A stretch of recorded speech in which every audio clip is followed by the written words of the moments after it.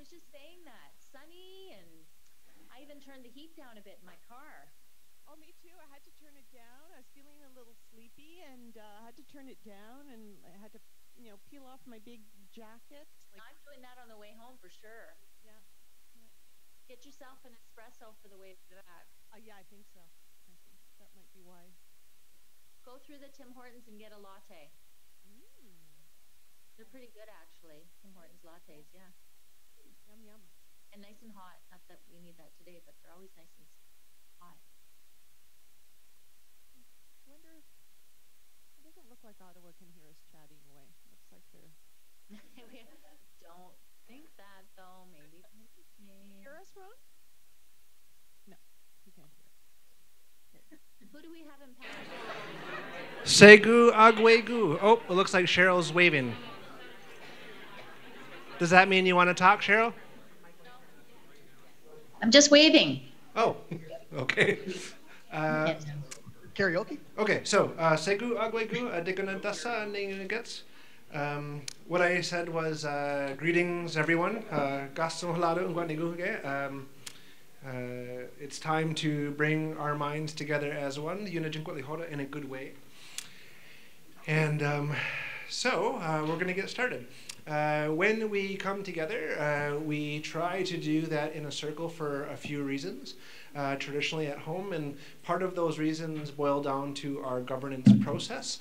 So in a way, when we do this, there's this conceptual fire that exists in the middle, and in those older governance models, there's ways to pass ideas across the fire and the way consensus is achieved, and at the end of the day, it's a process where we come to one mind.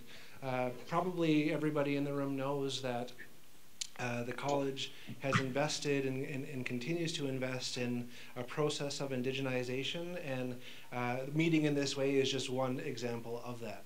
So with that, they're going to hela dungsa de yune twaladu ngwe hugu yunkinu ha hunja yunkwa tugu yunkwa na tigalandak mendelia hugu asena tiganda nende ahnyo hende sawahit yunkwa tugu awela su oji dahasu ladisigayandes yunki soto with nail da skanya delio singwa dizu.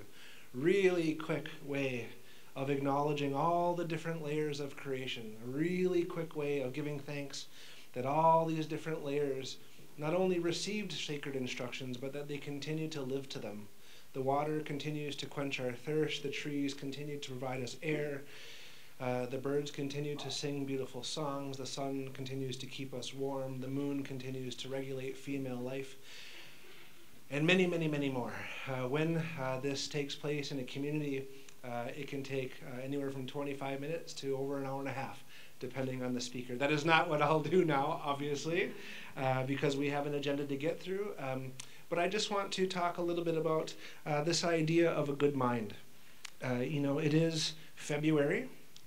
It is known to be somewhat of a hard month, generally speaking. And some of us might feel a little bit like that snowman that exists right now in the Ishkadoan courtyard.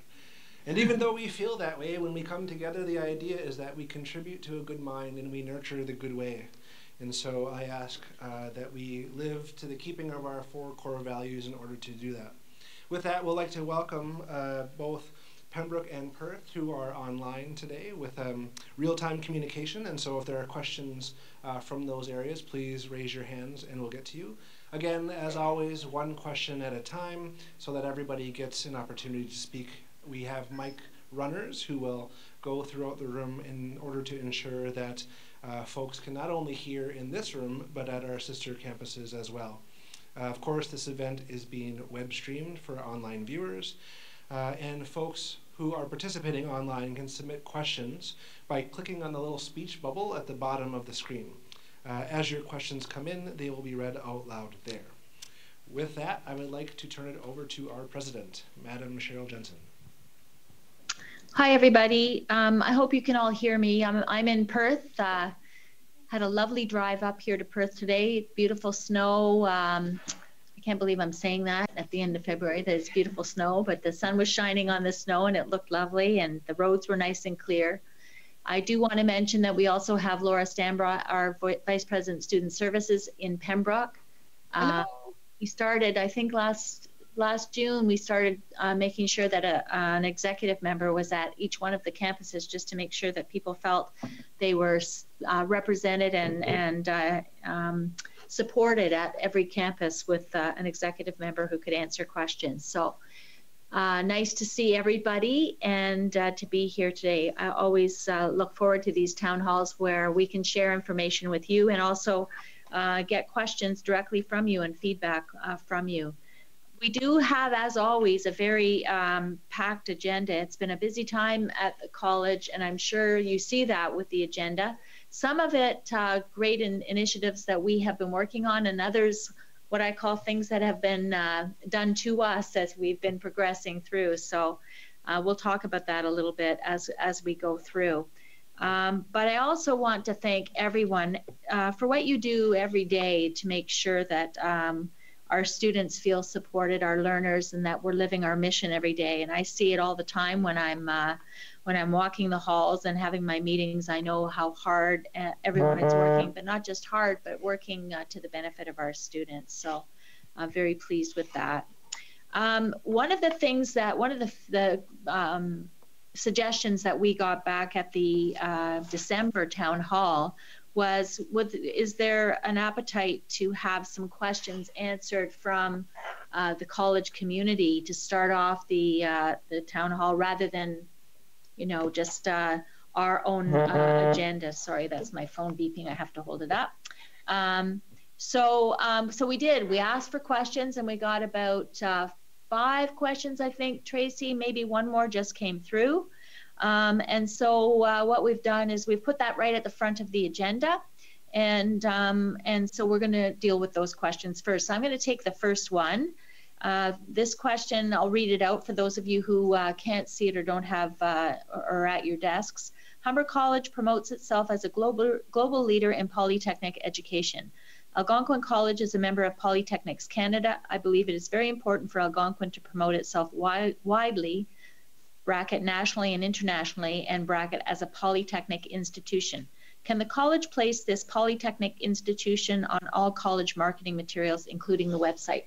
That's a great question, you know, and we're very proud of the fact that we do offer polytechnic education at the college. Any definition that you look up on polytechnics, they may be slightly different, but they all say the same kind of thing, where it's an institution that offers applied education all the way through certificates, apprenticeship, and all the way through degree granting, which we do, and also has a focus on applied research.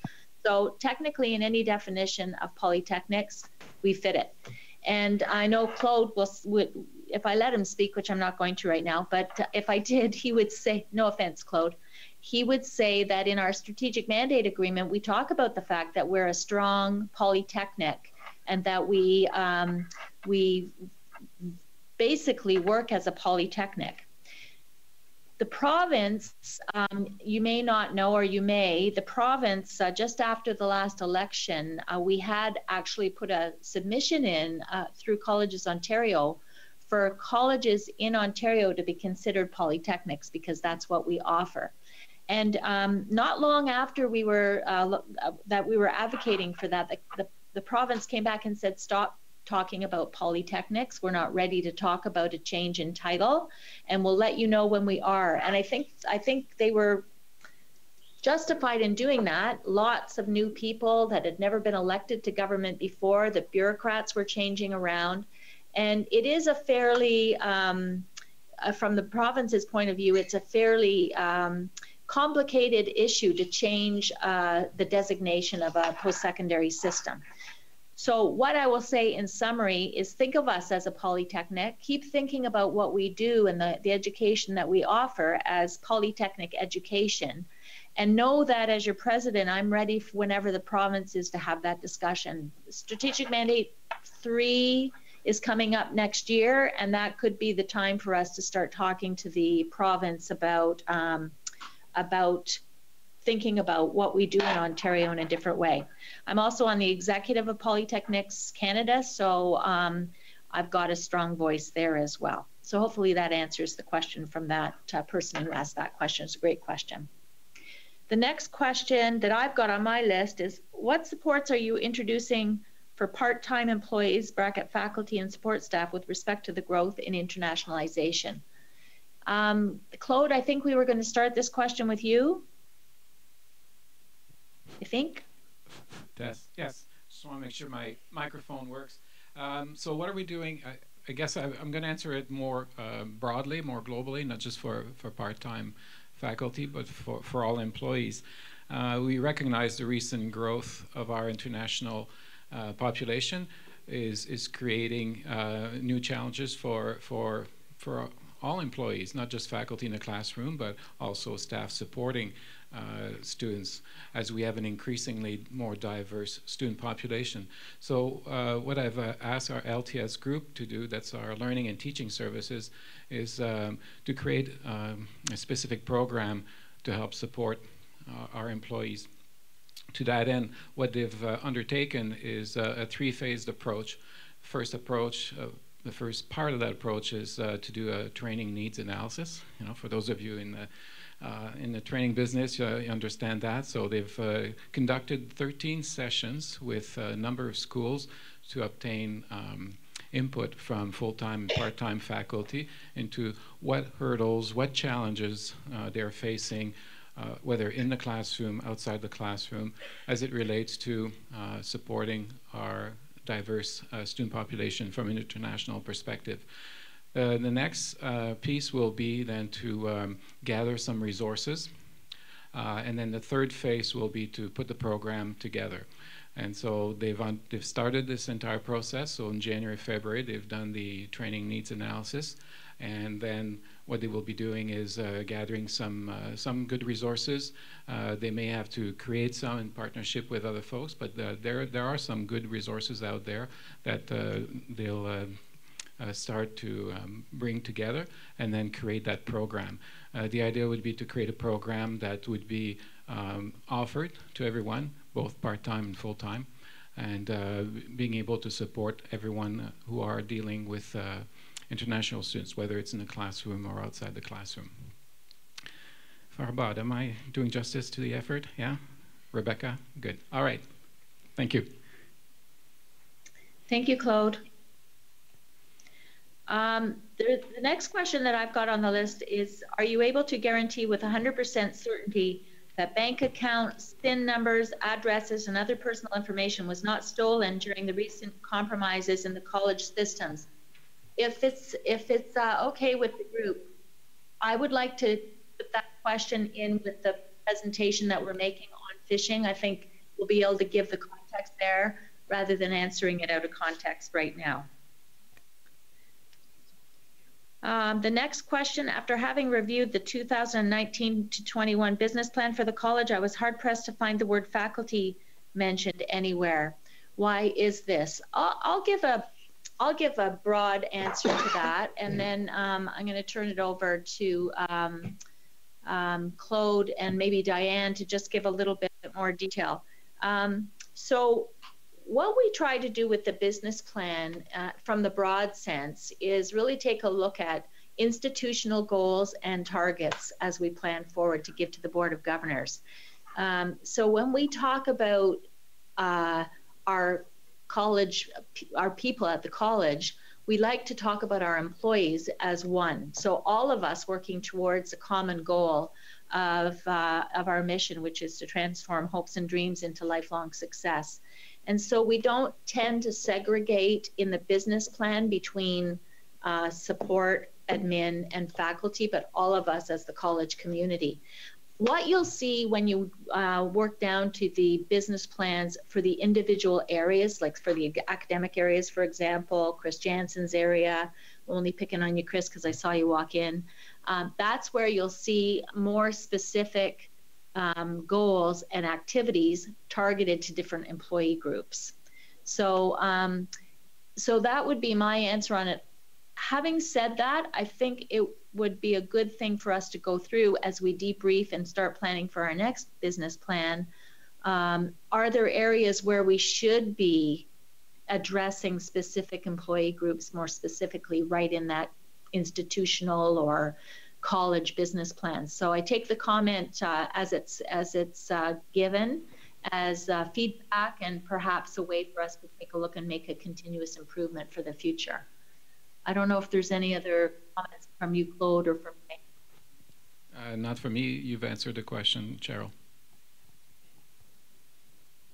Okay.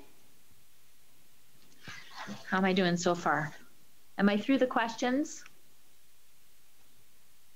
There was one that just came in, wasn't there, Tracy? There was one. I'm gonna reverse the slides here for just a moment. For number 3, interested in changes to OSAP. Oh, right. Laura, can you answer that one? I have a few slides, so if folks don't mind also just waiting, that way they can see the slides and I can speak to some changes in the tuition as well and some fees as well as OSAP. I'll do all those 3 together. Okay? Okay, that's great. Some of you may not be aware that we had our budget balanced and had news about a week later from the provincial government that there was going to be a 10% reduction in tuition as well as opting out of student fees. So that's and changes to OSAP. So that was something that if I think of those categories of things that were done to us, that was one of them. And so I think Laura's right. There may be more benefit to go through that in totality. Okay? Great. And then moving to number 6, now that the college is projecting significant profits, does the college intend to increase the hours that ITS is available to help students and faculty?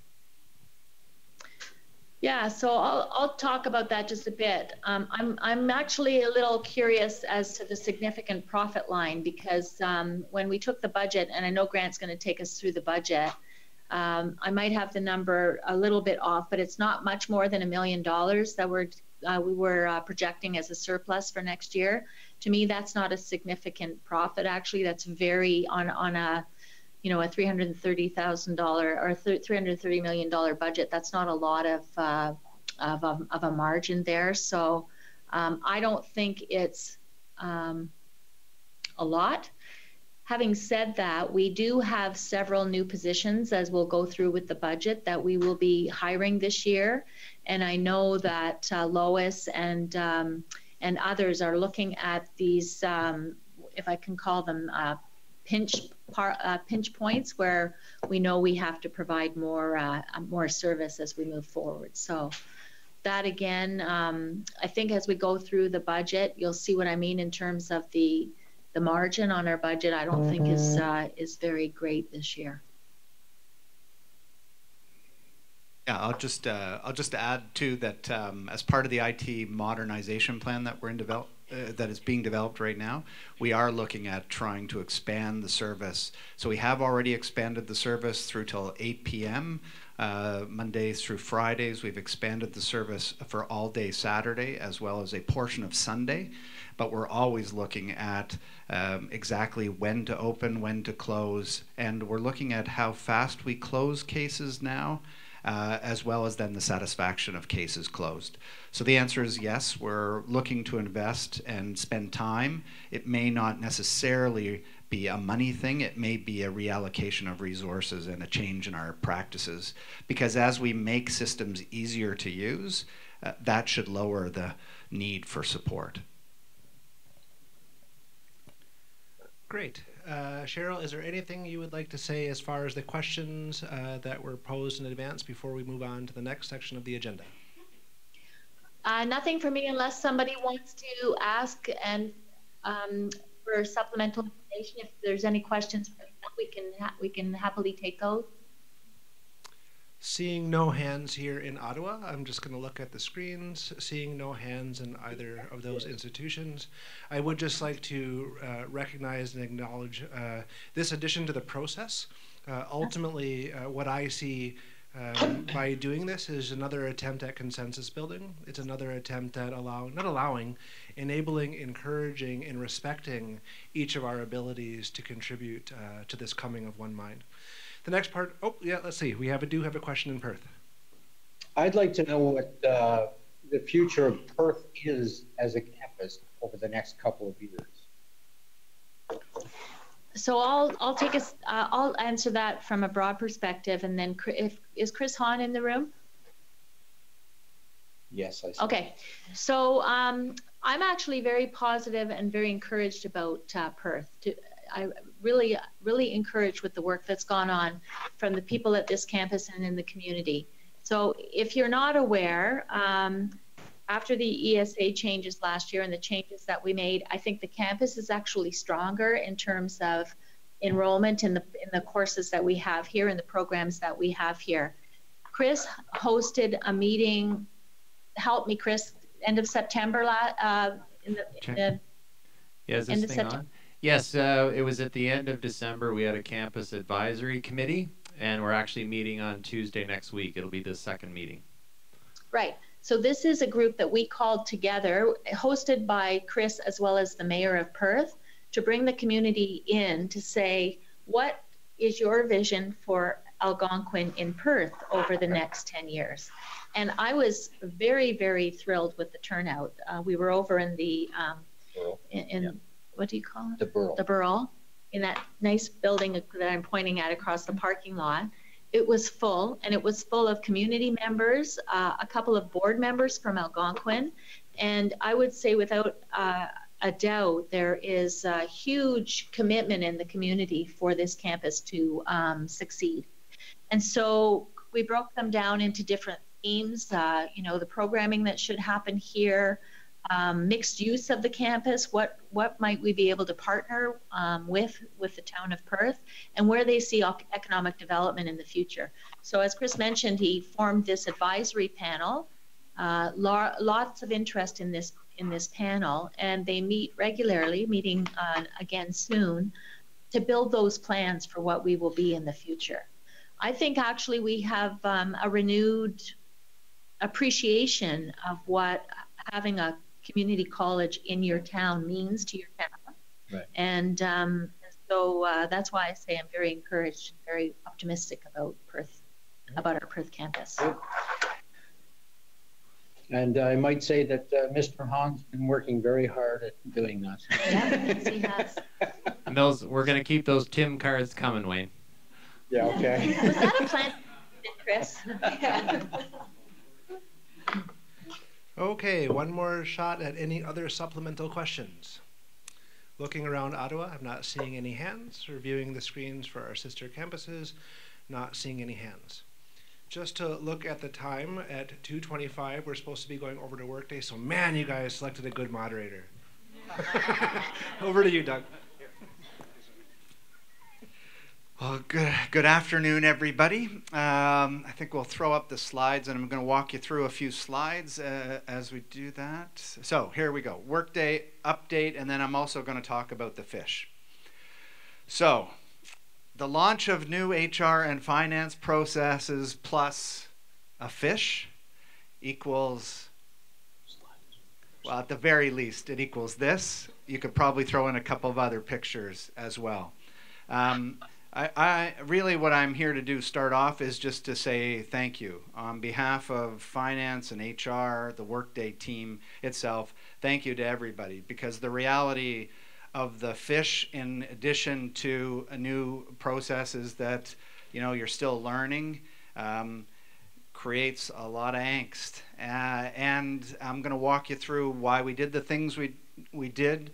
But I don't think it would do us justice if we didn't start by saying thank you to everybody here, because it's impacted absolutely everybody. It's impacted students who weren't able to get in contact with a part-time faculty member.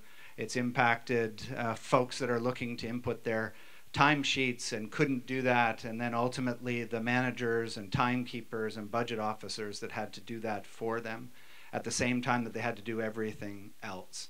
It impacted the folks in HR who had to now create some manual processes to get hiring completed and other things when they also had a part-time bargaining session going and a whole bunch of other stuff. It impacted finance, which has a fantastic acting VP in place who's doing a spectacular job, I might add, but but you know, the burden that was placed on the payroll office and the accounts receivable is just incredible.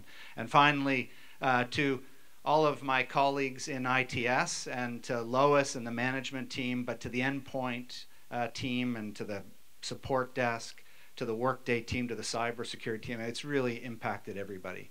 So I just wanted to say thank you on behalf of everybody at the college. Were you going to say something there? Yeah. Just to jump in on something really quick on that. So when I started, I talked about the Thanksgiving address, and at the end of the day, what that ceremony is about, it's about giving thanks.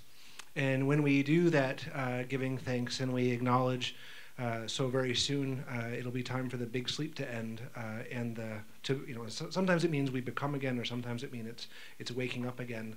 But when we do that, at the end of that, we acknowledge that as a group, and it's part of our putting our minds together as one. So when Doug just thanked the group, I wanted to pause and say, can we just give those folks who work so hard a hand and acknowledge that work that we did?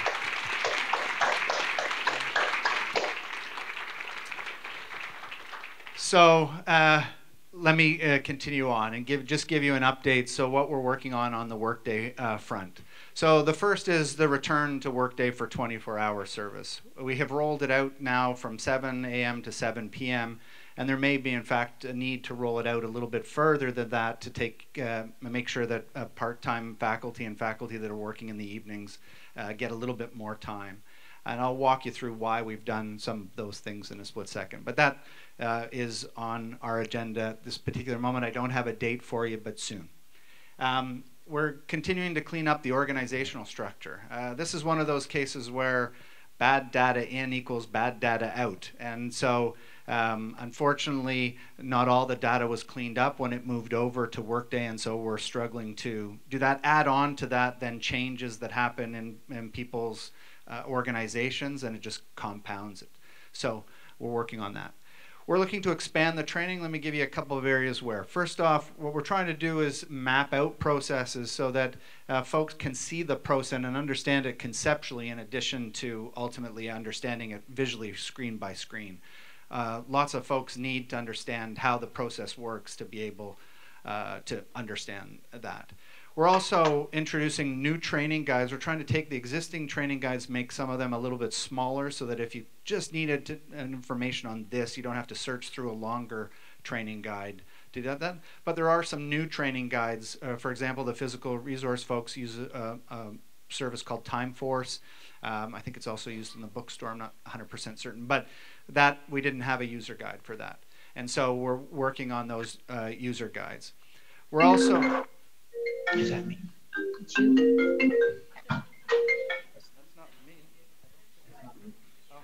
That's Cheryl. Cheryl, you got an incoming call. We're also, compounding everything. We're headed towards year end, so we know that we need to support and improve, make sure. And it's again a catch-22. You're dealing with all the other stuff, and it's tough to get future focused. We're also reconstituting stakeholder groups for feedback sessions, so we get that feedback faster from folks, especially timekeepers and budget officers, because again, they've had to wear the brunt of this. And we, again, thank you for everything. And we're also looking to secure extra help for both finance and HR, because as soon as a holiday comes in or somebody is ill, you need to make sure we have enough resources on that front. And then finally, just to cap it off, we're also preparing for the rollout of version 32, which is when you're on a software as a service platform, your updates come regardless of whether or not you want them to come or not.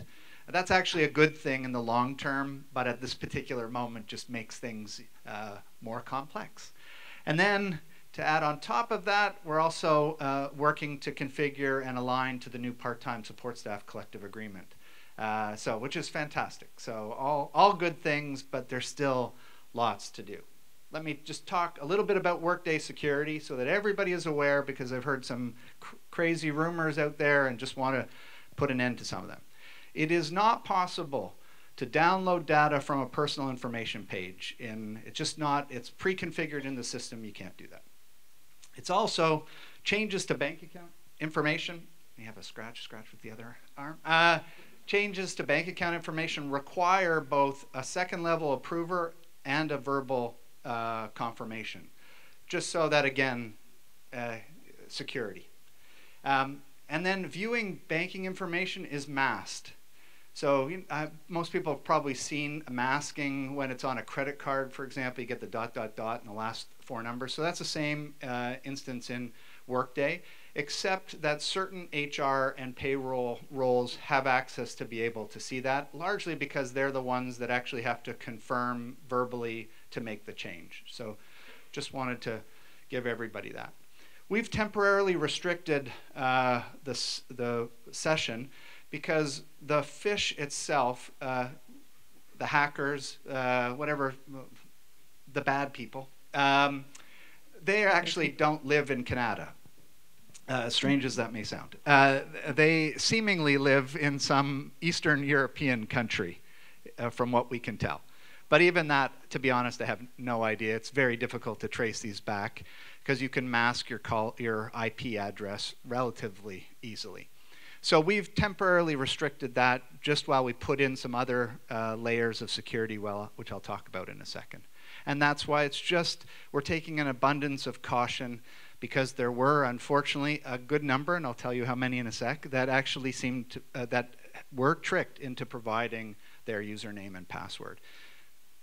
And then finally, we've implemented multi-factor authentication, and I'll explain that in a quick sec. Most of you probably have seen it if you've ever been asked via text message for a couple of numbers to enter in when you're, to confirm that that's in fact you. That's one form of multi-factor authentication. So that's what we've done. We've done for key account holders, you know, all of the folks that have kind of admin privileges, global admin privileges, because if ultimately those accounts were gotten hold of, then more damage could be done. So that's another layer of security. But let me go back to the question that was asked, and I believe I'm gonna, I might paraphrase components. Can we guarantee that no SIN or personal information was stolen as a result of the phish? Yes. To my current understanding, there has not been the theft of that information from any of the systems. And the one that was impacted the most is actually email. Email is the point of entry for this, because what this phish was, unlike most other phishes, which is where they try to convince you that they're this person, but if you hover over their email address, usually it'll tell you another email address. In this particular case, this phish was actually distributed from within our email system. So they were able to get folks' credentials, go into their email system, acting as that individual, and then run a script that ran individually, sent out 2,000 plus emails asking for the president's survey. And they did that, which is, again, we actually have controls that don't allow people to send out mass emails like that, but they ran a script to do it individually very quickly. So that's how it came out. So let me walk you through the phishing exercise itself. So we have had single-factor authentication at the college. Means that if you give your username and your password, that provides you access to almost every system, depending upon your rights within the system. That's not the best practice. Unfortunately, is probably the majority of practice in every college and university in Canada, but that's not good practice. So steps that were taken, we restricted access to the college system. So the phish came in at 12:04 approximately. That's the first time that we saw it. So we started to shut down systems. And I know that's aggressive, but that's the best way to actually protect us. And we turned off VPN, because VPN is really a pipeline into the college network from outside of the college. Remember, these folks are not in Canada. They're not at the college, they're in Bulgaria or Russia or somewhere like that. We also removed the phish from the system. So I don't know if Abdel is here, but he is fantastic.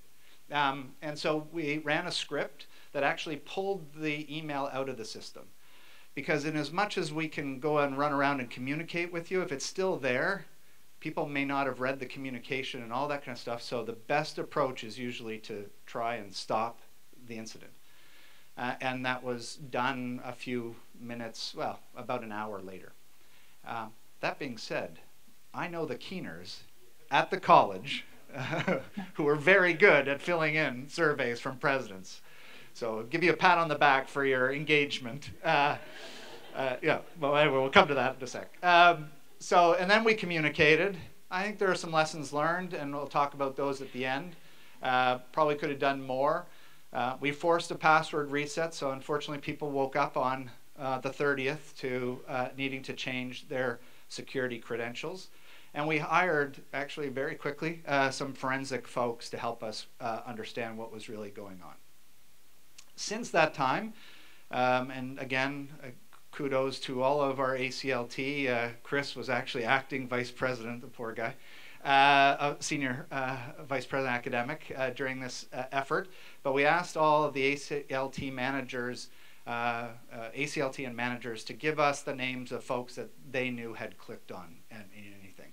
Because unfortunately, our systems can tell us a little bit of information, but we didn't know where we needed to go to protect, and wanted to make sure that in fact the malware that was linked to this, in addition to the request for usernames, was stopped. It was. We cleaned and re-imaged 500 computers.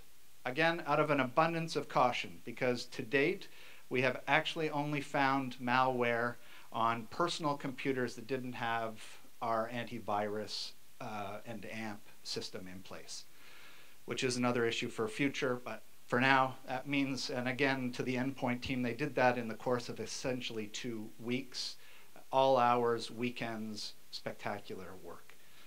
We restricted access to college IP addresses, not just for Workday, but for Salesforce, for HRIS, for PeopleSoft, because even those sit behind the scenes. We've also done that for other systems as well. And we began the rollout of multi-factor authentication, in some cases rooted in the application. So Salesforce has one, and Workday has one, but that's not the best practice. The best practice is that we have a single one for the college. So through that, 250 to 300 folks actually clicked on it, the link, which started the download of malware for 95.8%. No problem, no issue, it was caught. Unfortunately, 73 individuals that we know of to date put in their username and password. It was very, very sophisticated.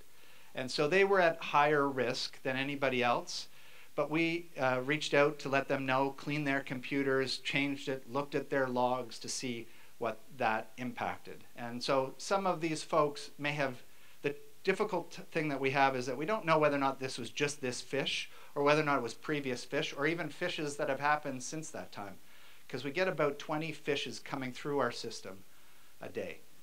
Regardless, we have 73. To date, we have not been able to see any negative impact to the individuals that we've identified.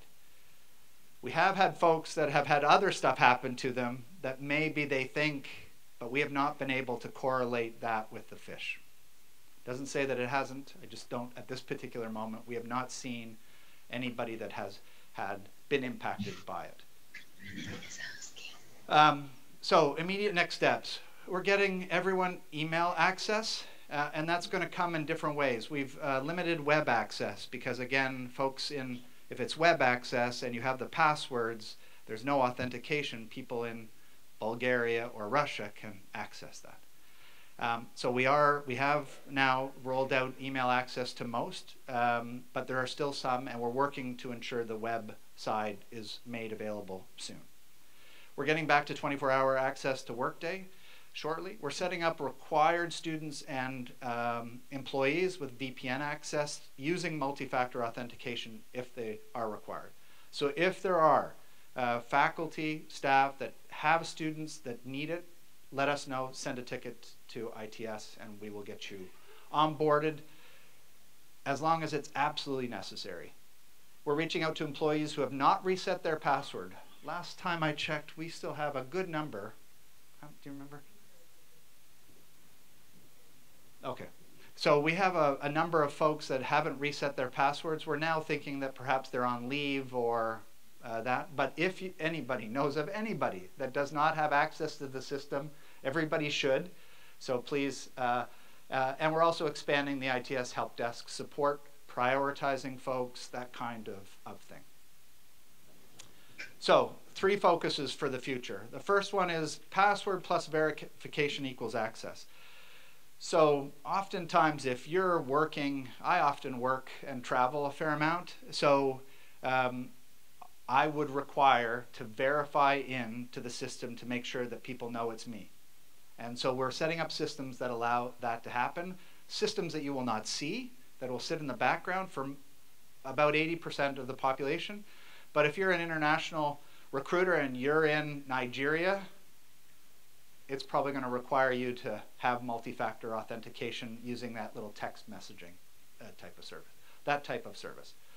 We're also setting up, and this is perhaps way too complicated, but as part of that, it's if this, then that. So for example, if we've identified that you logged in the DARE district at 11, and then had tried to log in from Cambodia at 12, unless there's somebody here that has teleportation sitting and they are not sharing it with everybody, shame on you, we have decided that that's going to require a password reset. So just to provide safety, that type of thing, so that you know that we're taking safety and security seriously. Sorry, I already covered that. Yeah. Phishing. So the best part would be to say that we could stop phishing. That's not possible. They're getting too good at it.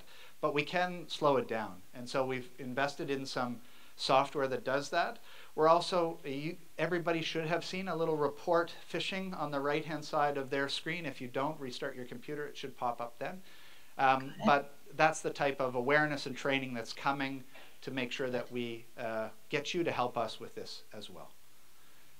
And then finally, we're exploring. I say exploring. It doesn't mean we've decided on it, but exploring other means of communication. And this is really broader. Collins Benang's been talking about this for quite some time, which is when we cut off passwords or changed passwords, part-time faculty specifically did not have access to email.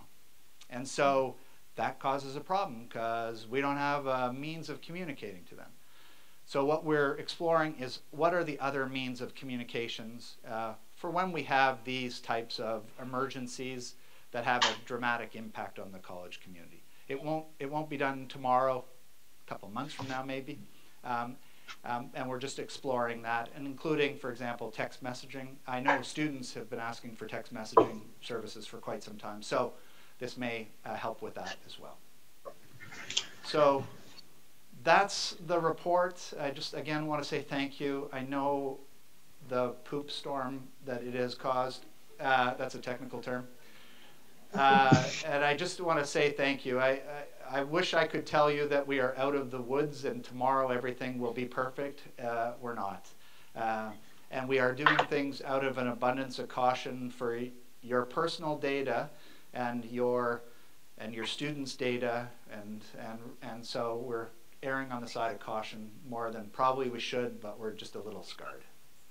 So I can see what the visual is now. So, Paul.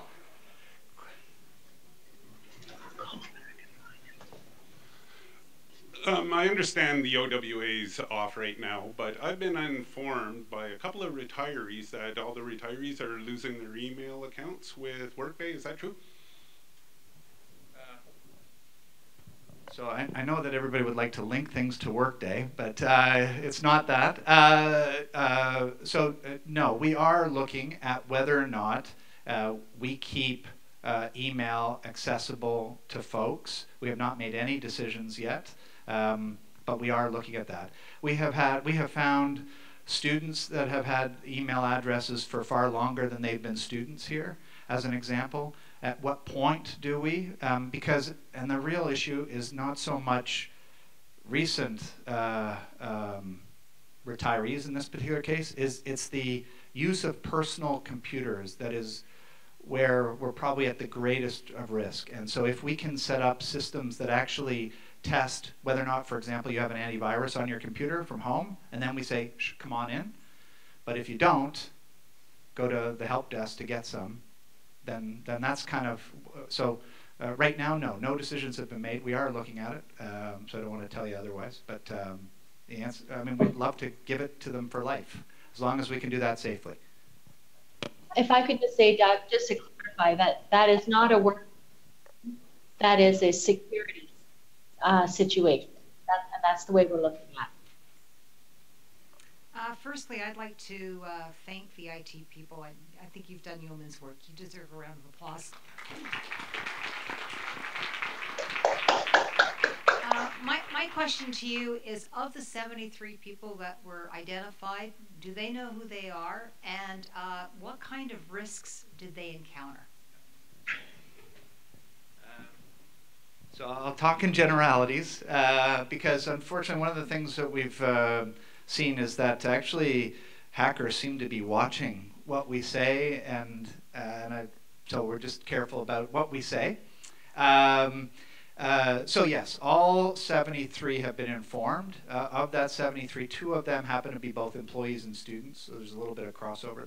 They're in 2 kind of categories. Some of them have, some of them at the lowest end of the risk is that we've just seen some suspicious login attempts. They haven't gotten in, but they have tried, and so out of an abundance of caution, again, we've let them know. Or we saw when we did the scanning of their computers some malware on their computer, and so if that was the case, then they were put on our higher risk. There are some, again, I won't tell you exactly how many. Everybody knows in that, but if they got access to their email specifically, and we have seen activity in that email that just looks suspicious to us, then they've been informed. And then again, attempts on the Workday front as well. We've also seen attempts on websites and other things, but so just everybody has been informed. Yeah, everybody has been informed. Cheryl, can I ask if I rephrase, if it's maybe, is it that if account Sorry, had... Cheryl, you're kind of going in and out a little bit with the mic. I don't know how I fix that. Maybe if I just talk faster. Well, if I believe there's a Tim card in it for you. Yeah. If I had my data looked at, would I know? Is that your question, Cheryl? Sure. Yes. And sure? the answer is yes. And the answer is yes. Yeah. Yeah. We have a script for, depending upon which situation you fall into, that we go over with the individual to provide them the background, that what we know. And again, that does change to some degree every day, and we add new people if we see it. So again, not all of the 73 are specifically, we can't tie them back to this particular fish. We see activity, and now we're paying huge amounts of attention to it. Sorry, follow-up question. So I really think it's really important that we go back to training and awareness. That's for you, Colin. And you know, not everybody knows what to look for. And I'm a huge proponent that you need to teach people. So is that going to happen? Yes, and we had actually bought a system for this type of training, just in the process of rolling it out. So yes, absolutely. An example, one of the things you can do today is go into your Outlook, and under, I think it's called File, which is the last tab on the left, go and take a look at whether or not what rules you have installed. Bad people will often go into rules in your Outlook, and they will delete stuff, or they will create automated rules that don't even notice that they're there. So there you go. Everybody in the room, go back. We've done a little this, so I don't think you'll find too much, but just in case, go back and take a look at that, and look at that a little bit more often. And the other one would be report a fish. If you see it, it doesn't matter if you think it is or isn't. We've had lots of folks think of something that looks like a fish that isn't. Because in the first few days, we actually sent out some, other departments sent out some emails that asked people for information, and we got calls going, is this real? Which is great. Everybody is aware. But report the fish. And you just have to hover over the email, click on it, it will magically disappear.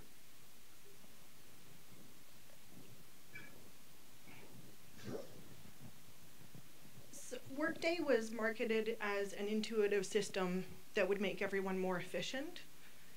And unfortunately, I'm not finding that. So is there a possibility of creating defaults for certain fields? Absolutely, yeah. Drop-down lists, all those kinds of things. So yes, and yeah, I mean, this is the combination of Workday, and which is a change in business process, which is, you know, I have this saying, and again, everybody's probably heard it, but people don't know what they want until they see it, and as soon as they see it, they're going to want to change it. And process mapping, if done in advance in level of detail, helps with that, but really until it goes live. But absolutely, so submit a Workday ticket. On the Workday website, there's a little button there for folks. Submit a ticket. I can tell you that right now, on average, we're closing tickets, simple tickets in a day, and configuration tickets usually about a week. And then some that take longer, we have to wait until we get out of this hole to do more. But yes, absolutely. The other one, just to give you a small example. So guess how many time off requests have been submitted in the month of January? Anybody want to guess a number? Throw out a number. More than 3. 3,098, I think it is. That used to have been a piece of paper that used to have to travel around people. So that's, it, you know, yeah. Thanks. I just wanted to add a little bit to Doug's comment on that. Good question and good comment about, you know, how Workday was marketed versus what are some of the realities that we started to face during January and into February. So when it was created, our business processes and the whole concept of Workday was employee self-serve, manager self-serve. And what our reality was is when we had to pull back the system and really then concentrate on only a few key users in the system, whereas a faculty member couldn't go in and update their time, a part-time faculty member or whatever. The whole process and the thought process as to why we built it out, we then had to reverse engineer and do very quick manual processes. So what we are anticipating is as we get back to our new normal of increased security, of course, but having the access to the system on a 24/7 basis and rolling out employee self-serve again and manager self-serve so that these functions won't get bottlenecked. We'll be able to see some of those efficiencies that we had marketed and that we had what we do truly believe is there in the system, but right now we're not really accessing the best of it. So you're not getting a great picture of it yet. But we truly believe it is such a robust tool that when our life gets back to our new normal, we'll be able to see the functionality in it. But thank you for that comment. Yeah, so I know you can never predict something like a phishing attack, but I'm just curious why the decision was made to roll it out in Q4 versus waiting until April 1st. Yeah, so I mean, I'll give you the short answer. I don't know if it. So originally it was supposed to roll out in November of 2018. Sorry, 17. And then it was supposed to roll out in 2 phases. So we had separated it when things didn't go as well with our previous implementer. We then had to make a call as to when, 1, we could roll it out, and 2, when was the best time. And the additional work required to do it at the end of, even though it's our fiscal year, the end of the actual calendar year, which is when things like T4s and all of those things, it was just a matter of, it actually is, I know it doesn't feel like it at this particular time, but that was the best savings of time. At least that was the decision that was made. So it's a confluence of bad things. On the plus side, when I get to the student information system, we have plenty of lessons learned. So I promise you that we will learn them. But that was the reasoning, and the additional cost of those 3 months was anticipated to be somewhere in the neighborhood of about $3 to $4 million of extra cost, and so that was why. And at that particular moment, there was a feeling that the board wouldn't have supported that. So, that may be not accurate. So let me take that back. We don't know because we didn't test, but that was the savings. Was that and the timing around T4s and those end of years was the reasoning. Yeah, if I could just add to that, many of you know I'm a Beatles fan, and one of the lines that sticks in my head all the time is, life is what happens when you're busy making plans. If you take two big things that have happened this January, one is the announcement about the tuition reduction, which affected all of our budgeting, and the phishing attack. Those are two unplanned activities that we could not have, and there was no way we could predict that would happen at that particular time. And that's where I want to put my thanks to everybody who worked so hard given those two major external events that affected our rollout. I think Diane said that much better than I did, but I just want to give you some perspective on that.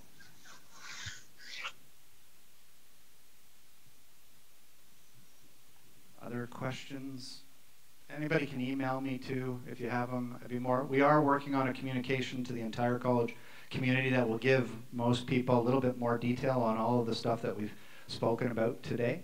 But I just again want to say thank you, especially to the timekeepers and budget officers, because we've really impacted your lives, and for that we're sorry. Okay, folks, thank you. Next up on our agenda and slide deck is the learner-driven plan. In that case, I will turn the floor over to Claude.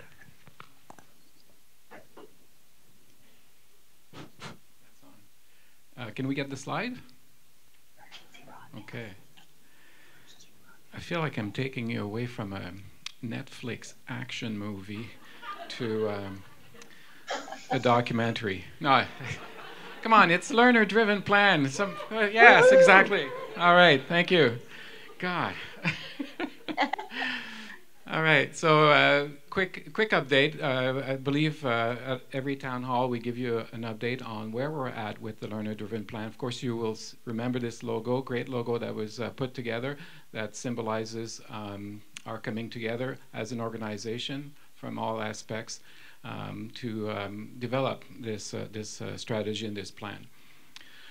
So by feedback that we'd received previously from all of you, in particular faculty, there was a desire to have more input from employer stakeholders.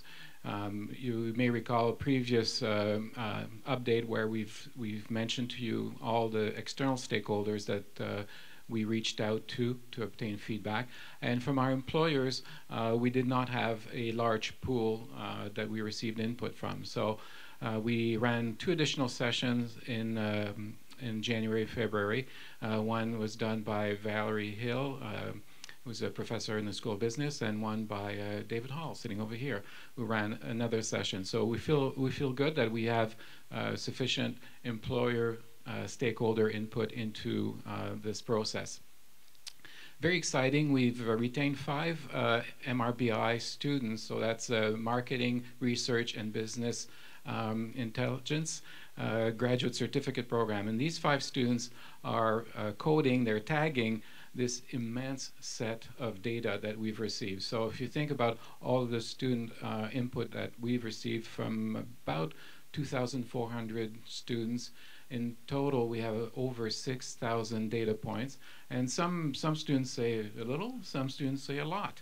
And so we've put together tagging codes, and it's for 3 spheres of sets of information. How can we personalize learning and personalize the college experience inside the classroom, outside the classroom, and through technology?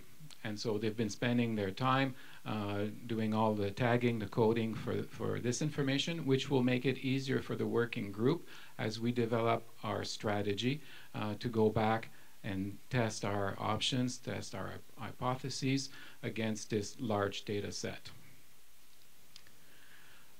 As I mentioned, so we're in the midst right now, the working group is working with 2 external consultants to develop our cascade, our strategy options, using the Plane to Win methodology. And that's a methodology that's been used successfully a number of times already to develop strategies for parts of the college. So I believe we've used it successfully for the entrepreneurship innovation strategy, the international education refresh, Doug, I believe as well, and so on.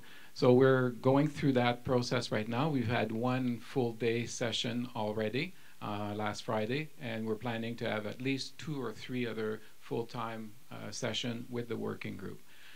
Once we've done this, we'll come back to our college community to play this back to you, to be able to ask you a question. Okay, we've obtained your input, and we've distilled this to these finite set of options. Are we getting this right? Is this still resonating with you? And then we'll take your feedback from that playback, those playback sessions, which will be coming I would say in the coming weeks after we're finished our methodology cascade, and we'll incorporate this feedback. We'll finalize the set of recommendations and what the skeleton of the plan will look like. We'll present this to our leadership team, then to the executive team, and then to the board in June. So that's where we're at with our learner-driven. So I want to, as Doug has done, I would like to thank all of you who have participated in these consultation sessions. I think we've had, I want to say, about 70% of our goal was reached. We wanted originally in the business plan to reach a certain target of number of students consulted. I think we had said about 4,000 students. We reached over 2,400, so about 60% of our target was met. And I believe we've reached about 70% of our employee target that we had set out. So thank you very much to all of you who have participated. Great input. And we look forward to seeing how all of this will mesh together to create a plan that we can all be proud of moving forward. This will be life-changing for the college to be that learner-driven once the plan is put together and we start to put this into action. So we're looking forward to it. Any questions? Riveting. I know after the fishing incident, you're probably still reeling with that in your mind. But anyway, if you have any questions, we do have a great website that we keep updating all the time with fresh information. So you go to algonquincollege.com/learner-driven. That information is populated there. Or you can drop us a note. If you go to that website, we have a alias email. You can send us your question to either or to myself, Laura Stanbra, or Lynn Schumann, who is our project manager for this project. Thank you very much. Now, who do I turn it over to? Oh, back to you, Ron. Yep, just for a moment. I'll take the clicker, Claude, if that's okay. Thank you. Okay, so moving on with our agenda, our next section is the business plan and annual budget. And just try. That was Doug, in case anybody didn't know. And I'm not sure who kicks off this part. I know there's a few of us speaking, so. Okay, well, I'll do it. Oh, I can do it. Okay. Because Laura, I think, Laura, let me know if you want to chime in at any moment, because Laura Stanbra has been leading this effort, and she has done a spectacular job doing so. So kudos to her and to Elizabeth Tyree, who together have moved this along. You know, it all begins with mission, our mission to transform hopes and dreams into lifelong success. And hopefully you'll see that throughout this effort. Just to give you some context, we're going to talk about context, we're going to talk about the strategic plan itself, and then we'll walk you through the 2019-21 business plan. This is the first time we've done a 2-year business plan, first effort, and then the budget. We'll turn it over to Grant. So everybody knows this statement. It's in the strategic plan. Demographics are changing, expectations are changing, technology is changing, and we must change too. And just to drive some of that home, demographics, whether or not it's the decline in traditional kind of 18 to 25-year-old or the growth in international, you can feel the change on the campus. We have technological change, enough said. New provincial government, a 10% decrease in tuition fees, which actually really is about a 13% decrease in because we had budgeted for a 3% increase. As well as OSAP changes, which will probably have an impact on student demand, because the one thing we have seen with the guarantee was that we actually had increase in domestic enrollment, a significant increase, and you'll see that in our budget.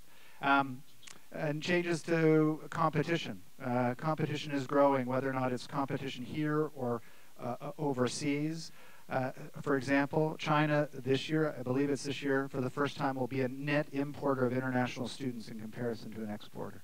So just changes are happening, and that's going to impact that. The growth in middle class in India is opening up the Indian market at rates. And I was at a dinner last night. 1.5 million people apply for their polytechnics. 8,000 get in. And if they didn't get in, they go to places like Algonquin and other. So if that changed back in India, that would potentially have an impact on us. So lots of drivers. We needed to be ready for 5 years of change, but to be honest, probably for a lifetime of change. And so Cheryl has kind of tweaked this a little bit over the last little bit. We had said we will be more innovative and entrepreneurial, but she's added that in this time of government reform, we need to thrive through creativity, that we need to be creative, entrepreneurial, innovative, however which way you want to think about that. So this business plan is aimed at that. The strategic plan, everybody knows mission, vision, and values, and the strategic direction. So there are 5 of them. Focus on learner-driven, but we can't be learner-driven if we don't take care of our people. We can't be learner-driven if we're not innovative and focused on quality. This idea of being a connected college, whether or not it's for employment or connected to each other, and the sustainability, and specifically the 3 stools of sustainability: economic, social, and environmental. So that's our strategic direction. And so on the people side, did I go by one very quickly? So on the people side, we want to be recognized by our employees as an exceptional place to work. Not just a good place to work, but an exceptional place to work. We want to enhance our financial sustainability. We want to reduce our greenhouse gas emissions. And we want to advance specifically the work and support the work that Ron is doing, a journey towards truth and reconciliation on the sustainability side. I might have pushed too fast. On the innovation and quality side, we're going to lead the college system in experiential learning, but we have an increased focus on co-op. And if anybody hasn't seen the new co-op office on the 2nd floor of C Building, please stop by. Dave will take you on a tour. We want to also attain national standings in quality and impact and innovation across the college. And we also want to be a leader in personalized learning, which is around the learner-driven plan. And then finally, on the connected side, we want to become an integral partner to alumni and our community, because in the end, we serve the community. Finally, we've set aspirational true norths. These are what kind of this idea of perfection, of striving towards perfection. 100% retention. We know we're probably never going to get there, but it would be foolish of us not to thrive and strive for that. Look at how I work that in. You see that? Yeah. So I won't go through all of them. I think most people know, but we've added a couple on the greenhouse gas emissions on the truth and reconciliation side specifically this year.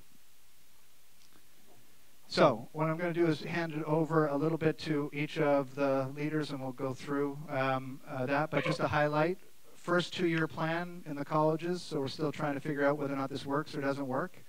We're going to continue to focus on a few core activities. So in as much as we have to cover off everything, there are going to be 4 of them that we have prioritized this year. We have a scorecard that projects all the way through to the end of the strategic plan, which you can go in and read. But the 4 priorities for this year: student and client satisfaction. The goal, I think, over the next few years is for everybody to be able to know whether or not we're meeting our clients' needs, not on an annual basis, but on a daily basis. And that is a new set of measures and a new way of really touching base with clients so that we always are asking if we're doing that. And some of the time, in fact, a lot of the time, we're each other's clients. So when we talk about client satisfaction, we're not just talking about students or learners. We ourselves are clients to each other. A focus on co-op where we want to go to 50%, and I think this now, where are we at, Dave, in terms of as a percentage of total? Somewhere in around the 10% mark, 10 to 12% by the time we finish the year. Truth and reconciliation, the work that Ron is doing.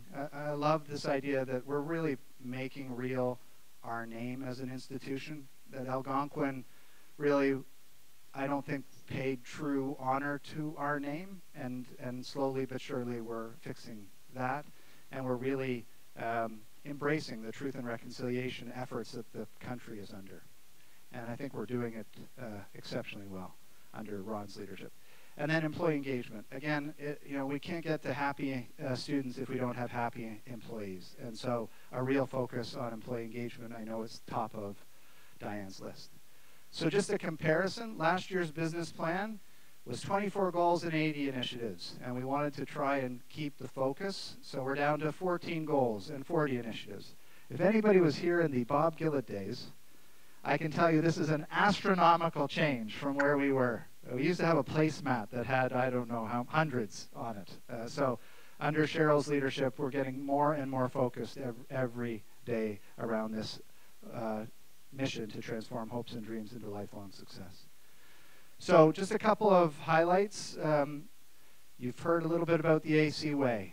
And that's really about blending employee engagement and empowering employees with this commitment to continuous improvement. Not in continuous improvement that's top down, but continuous improvement that's bottom up. That's actually driven by clients and student satisfaction. And then we've created a little bit of a journey, and Jessica House is our new manager in the AC Way, and building a little team, because it's about leaders leading in different ways. And we're all leaders at the college. And so I won't go into too much detail, but if you want, please attend one of our green or yellow belt, white or yellow belt sessions, and we'll introduce you to the 21 steps. Employee engagement. So we spent this past year, all of ACET has 360 feedback and coaching.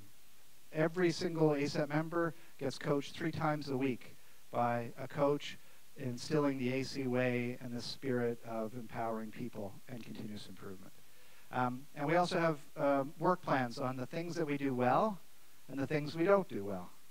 And so, because again, it got to lead by example. And we're now rolling that out to ACLT members, then ultimately to chairs and managers, and in the end, the step-by-step guide to help employees support key changes within their areas. Because you need to know how to do things, and so we set standards and aim to improve upon that standard. So you'll hear more of that a little bit in Diane's stuff. So with that, I'll turn it over to Claude. You want to just speak about learner-driven?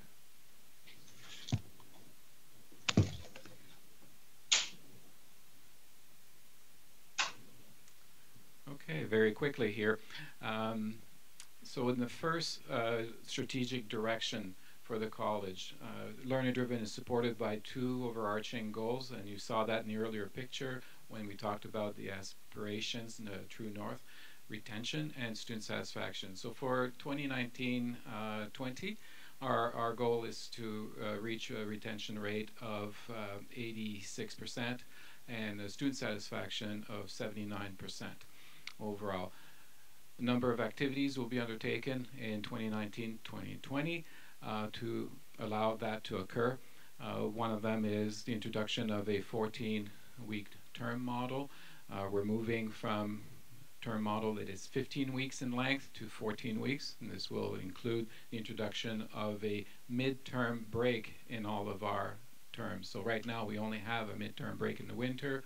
We'll be introducing, as of this fall 2019, a midterm break in the fall, and there'll be one in the winter, of course, and there'll be one in the summer of 2020, and so on and so forth. And the plan is to create activities within those midterm breaks to assist our students and support their success, among other things. We've already talked about the learner-driven plan that we'll be presenting to the board this June and roll out the first year of implementation by the end of next fiscal year. Our international strategy refresh. We did an international education strategic plan, I would say, about 3 years ago, and a lot of water has gone under that bridge. We've dramatically increased our enrollment internationally, and it was time to do a refresh of that strategic plan. You'll recall we had activities for onshore, offshore, in a number of areas, whether it was post-secondary, whether it was business development activities, whether it was through exchange, both students and faculty. So we're doing a refresh of that international plan in support of where we're going as a direction as a college.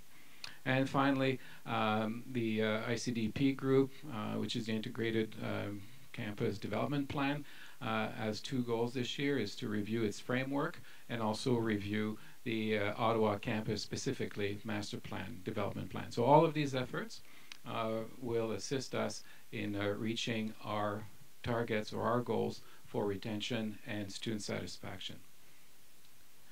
The next strategic direction that we have is the connected college. So we're connected both through our alumni and through our external community in those activities. So a number of initiatives will be undertaken this next year around alumni, and we'll be rolling out year 1 of 3-year plan that we have for alumni and other advancement activities. Education City, in fact, the next 3 are tied to improving or enhancing the perception that our external community has vis-a-vis recommending Algonquin College. This is typically done through Net Promoter Score. So don't be nervous when you read the business plan and you see negative numbers. Net Promoter Score can range from -100. I'm watching Myra here. She knows all about this with print strategy, right?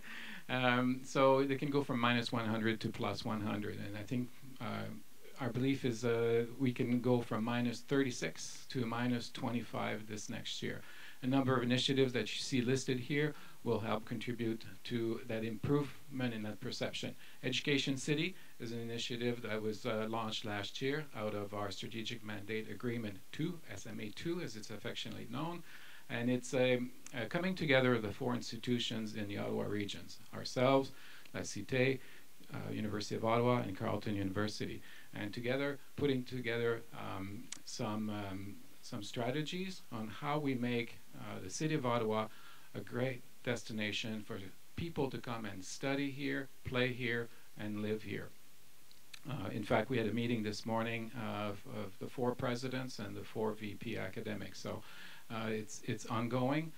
Great work in the areas of innovative programming that takes advantage of our 4 institutions, what we have to offer, and bringing this together to our student population. Healthy living education, this has been ongoing on our books for some time. It's an umbrella initiative that regroups a number of activities tied to healthcare education, and at this point, what we're hoping to achieve next year is a formal memorandum of understanding with the Pearlie and Rideau Veteran Healthcare Center. As some of you may know, we already have a personal support worker classroom at the Pearlie and Rideau Veteran Healthcare Center at their current location in the East End.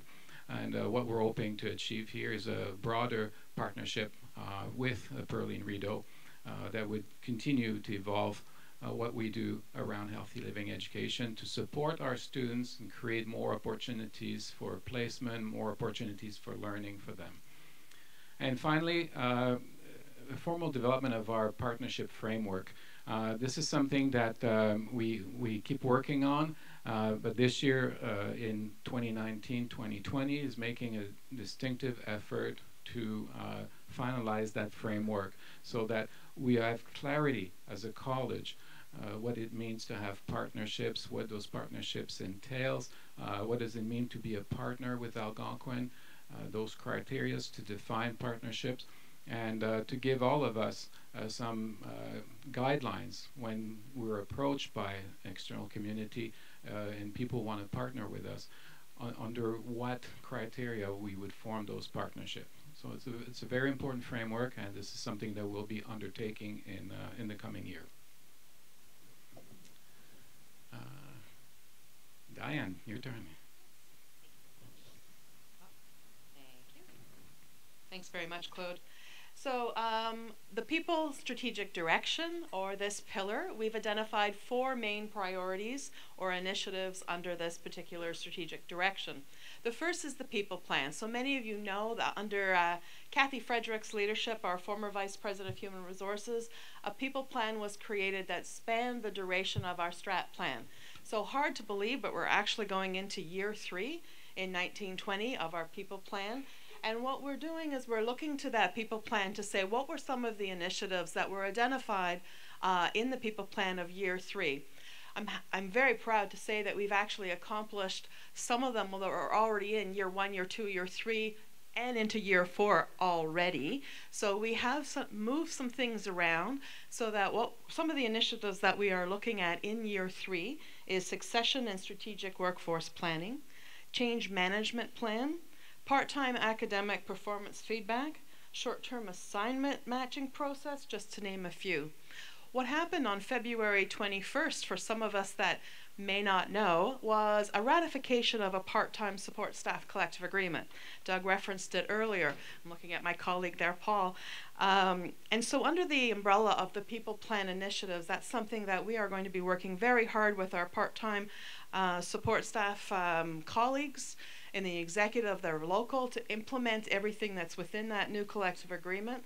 It is going to be a change in how we manage our part-time support, but we will be working very closely with our partners on that. And that comes under the guise of the People Plan as well. Employee engagement survey. So again, hard to believe. The last one that we did was in 2017, and we will be launching our next employee engagement survey in November of 2019. What we anticipate from that survey, of course, will be a lot of data and information that we will then analyze and look to start to develop college-wide initiatives as well as departmental initiatives, very similar to what we did in 2017. We're also going to be working with all of you leading up to that survey to really then examine what has worked well, what have we done well in the departments, are there things and college-wide initiatives. Are there things that we should be continuing to flow into the next year's plan on how we continue to engage all of you? So we'll be working with you, and stay tuned for more information on that coming up. Our third initiative that we have identified under the business plan, under the people, is workforce diversity. We will be launching an employment equity survey, and I struggled with that because I keep mixing it up with employee. An employment equity survey that we will be launching to all full-time and part-time staff. And we actually were going to issue it in this quarter, but we chose to delay it to ensure that there would be no confusion in filling out a college-wide survey. We wanted to wait until some of the things that were going on at the time kind of calmed down a little bit. And we're planning on a large communication plan, and just the importance of creating a baseline for our employee demographics so we really understand who we are representing. We then will want to start building on some of those plans. The other thing that we are doing under this is we're also developing our inclusion and diversity strategy, which we will then be rolling out. On the fourth initiative on the under this strategic direction is our health and wellness goal or initiative. And there's a couple of different focuses that we are going to have on this particular health and wellness. The first one, I'm very proud to say that we have created a psychological health and safety, mental health and safety task force. This task force has been created, and we have representation from both our academic union, our support staff union, and members from the Joint Occupational Health and Safety, as well as some management representatives. And we will be working together to examine the 13 different Canadian mental health factors. There's 13. We're going to be examining those to say what should we be turning our mind to and make recommendations to the college to have the college focus on to increase the psychological health and safety of our all of our employees. The other thing that we are working on under this particular strategy is to amend our programs in returning our employees back to the workforce in a safe and healthy way, with earlier interventions and prevention programs when people are on disability. So we will be working with people who have some issues to get them back safe in a healthy way back to the workforce, and also then launching some prevention programs. So that's what we have on the docket for this particular strategic direction.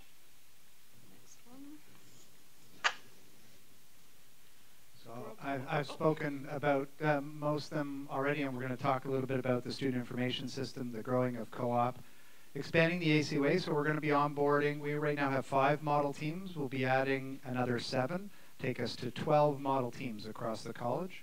And we're also have worked with the academic side and under Andre's leadership. I don't know if Andre's still here. There he is. As our chair of our Innovation and Entrepreneurial Mindset, or Entrepreneurial Steering Committee, the development of a mindset, a set of competencies, and a framework that we're going to actually be testing over the next few years to see where our mindset is from an innovation and entrepreneurial, and whether or not the things that we do are expanding that mindset, whether or not you're a student or an employee at the college. So great fun. It's only a few institutions have ever tried and attempted this, and it's really going to stand out as being quite unique. And with that, I'll switch to the next, which I think is over to you. Thank you, folks. So on obviously the next bullet says to operationalize the indigenization strategy. What does that mean? Well, we're working on that. I'd like to, first, before I go into that, I want to acknowledge that we are over time a little bit from where we said we'd be right now. So if folks feel like you need to go before we're done, please feel free to do that. Although we do have something special lined up at the very end. So if you want to stay for that, I think it'll be worth it. But just yesterday in the news on Academica, if anybody subscribes to that, the first thing on there was about what is indigenization within the academy. Sorry, within post-secondary organizations. So I just want to read. I want to read something to you because I think it's kind of salient. Let's see. So where did it go? On one end, what is indigenization? On one end, it is indigenous inclusion, which is about equity and working to ensure there is more representative number of indigenous faculty, staff, students within, in this case, a university, but a post-secondary institution. In the middle, it is reconciliation indigenization, which is about power sharing within the academy. On the other end is decolonial indigenization, which envisions a reorganization of the post-secondary institution to create structures in which indigenous people are in clear control. That's the sort of what's out there as of yesterday morning. I would suggest to you that it's something that could include some of that, but it's actually completely different, or at least that's what's in my mind.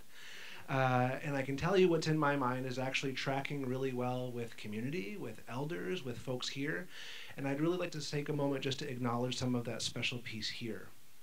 The way we're sitting, the way we meet, the way we talk, the structures we build, the relationship with the student association, the support of the executive and the board are all just a few examples of things that are very special here at Algonquin. And while we have completed 22 months or so of primary and secondary research, evidence-based practices, promising practices, best practices, empirical evidence, and we have a laundry list of things that most organizations, most of which would be captured in that definition I just read, produce and then say this is indigenization.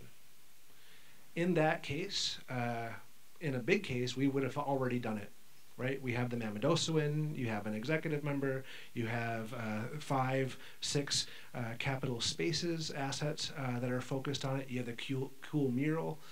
I'm thinking we're not done, we've just started. Some of those organizations are really interested in hiring a faculty member who is going to do all of the curriculum and all of the components for all of the deans and all of the everywhere, and that's it.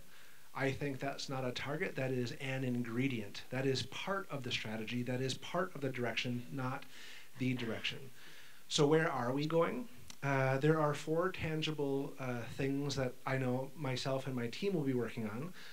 If we can reverse the slide by one piece, that'd be great. Those 4 things are the AC Way. We are working very closely to ensure Indigenous knowledge and governance is included in the way we are developing that. If you remember that sort of snake and ladder type diagram that was up a few slides back, that represents the current iteration of where we're going. If you start to put Indigenous knowledge on there and make that a row, all of a sudden you start seeing a 2-row again. Some of you will know that I've talked about the Goswenta and what that means as far as our traditional agreement and knowledge framework, but all of a sudden you can start seeing how that starts impacting our AC Way journey. We made commitments around including Indigenous knowledge into the entrepreneurial mindset. In fact, the verbiage was enhanced by Indigenous knowledge. And so that's really working with folks outside my area to do that, and Andre's helping with that in a great way and getting a lot of kudos for it, if we can now advance again. One of the other pieces that we're doing is to work specifically with ACLT to change or enhance the way that we're working, the way that we're meeting. And over the next little while, over the next year, over the next 4 seasons, we are taking a concerted effort to expose, excite, and hopefully, I don't want to say embed, because I'm not trying to force this on anybody. But hopefully they choose to embed or pick up or include and bring that back home here and include that in the way we're doing business planning. So no longer is it Andre and I doing that, but it's the entire institution. And not because we want to, or sorry, and not because we're told to, but because of being exposed to these things, these ways of thinking, these ways of connecting, these ways of deciding, that we choose to do that. And the 4th thing, and the thing that has me most excited from an individual perspective, is the creation of this entity called Burnt Water. Burnt Water is ultimately the answer to a question that I was asked to help lead when I started, and that is lead this Indigenous entrepreneurship activity. So now is not the time to start talking about that and get into that, but it is an answer to it. It is a way to involve faculty, staff, community, Indigenous knowledge, and decide where we're going together, and not a prescription from me as an executive, but instead a way to engage all of you in this room, outside this room, students, community members, and build that together. So really it's an operationalization of one of the older agreements where we travel down the river of life together and decide those things for the benefit of the entire community, not just one of them. Thank you. And I think, Claude, are you doing the next part? At the board. Okay, I'll just say a few words because I know we're behind time here. So the next initiative listed here is Pilot Multi-College Collaborative Model, so MCCM. This was another initiative that we had put into our SMA2, Strategic Mandate Agreement, that caught the eye of the ministry. The ministry was intrigued by this. What we were hoping to do was to show leadership in helping the college system thrive in the current environment. And so we set about to talk with other colleges to see in what ways we could collaborate more narrowly in an effort to create efficiencies or create good for our students and our employees. And so the colleges that are part of this MCCM are ourselves, Northern, Sioux College, and Lambton. So between the 4 of us, we've put together a set of guiding principles. And don't forget, this is a year-long project only at this point. We're hoping that it will be renewed by the ministry. We did get some modest seed funding to get things kick-started. Where we're at the moment is that we've provided assistance for one another in some areas, share knowledge, and look at both academic and non-academic areas where we could collaborate. Right out of the gate, there was a need identified by at least two of the colleges, Northern and Sioux, around their increased internationalization and their need for their faculty to receive assistance vis-a-vis ESL, so English as a second language, and EAP, English as an academic program. So through our team here at Algonquin College, we provided assistance and sharing of resources to assist them.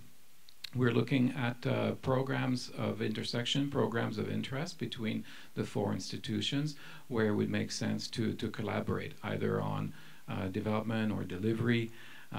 There's lots of interest, certainly by the Northern colleges and some of our degree program, and how they could access seats or access some of the content. Equally for ourselves, there are programs that are offered at our sister colleges that we don't offer here. So how can we make some of our students who may have a desire for those programs, how can they get access to that? On the non-academic services side, through leadership of Dwayne McNair and now Grant Perry, is looking at areas where we could collaborate on aspects of either finance, some initiatives and shared services that we're thinking of going into, where our collective power of purchasing would make it a better approach than doing it on our own. So that's it in a nutshell. Trying to go quickly here. Now, I'm not sure, Laura, if you're going to speak about launching the advancement plan.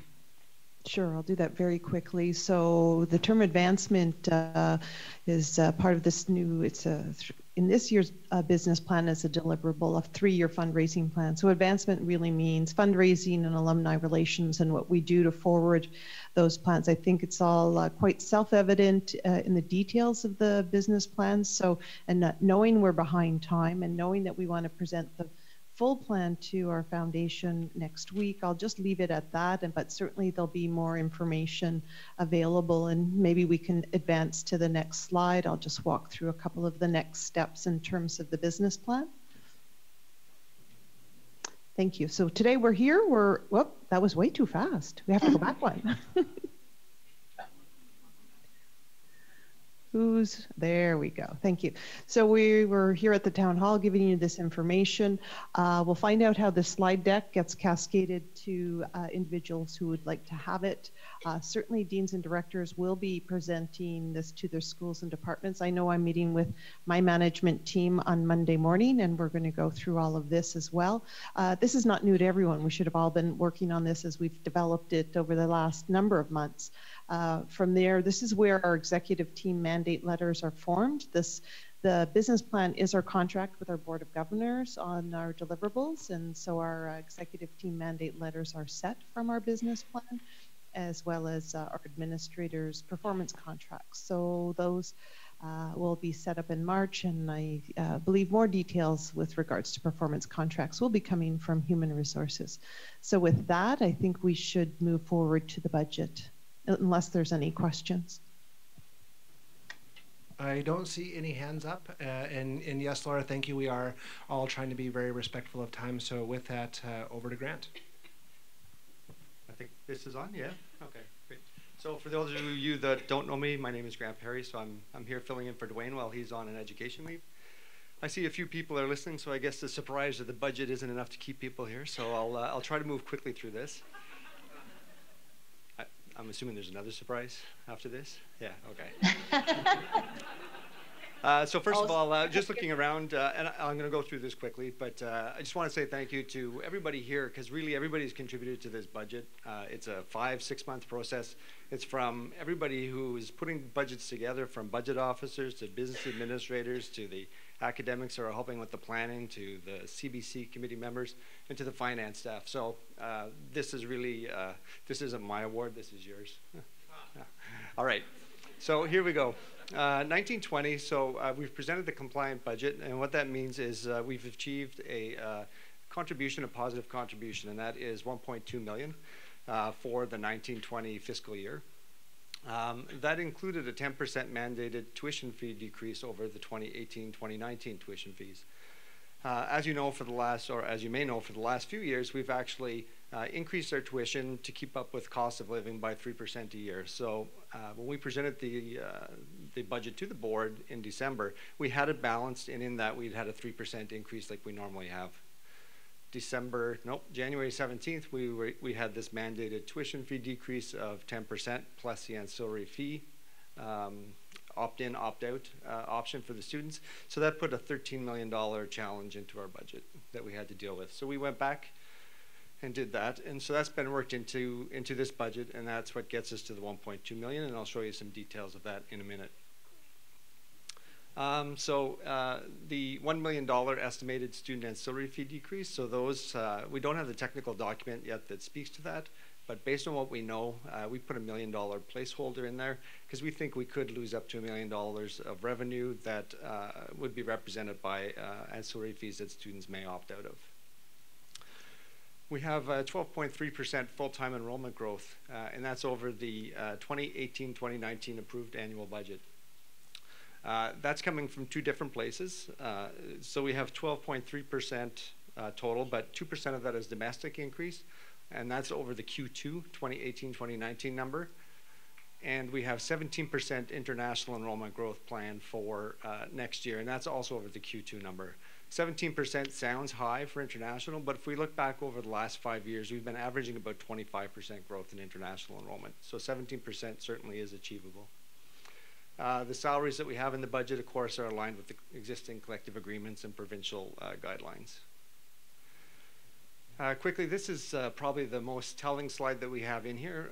All the details are in the budget book, which is posted on the finance website or will be posted, as well as in the documents that were presented to the board.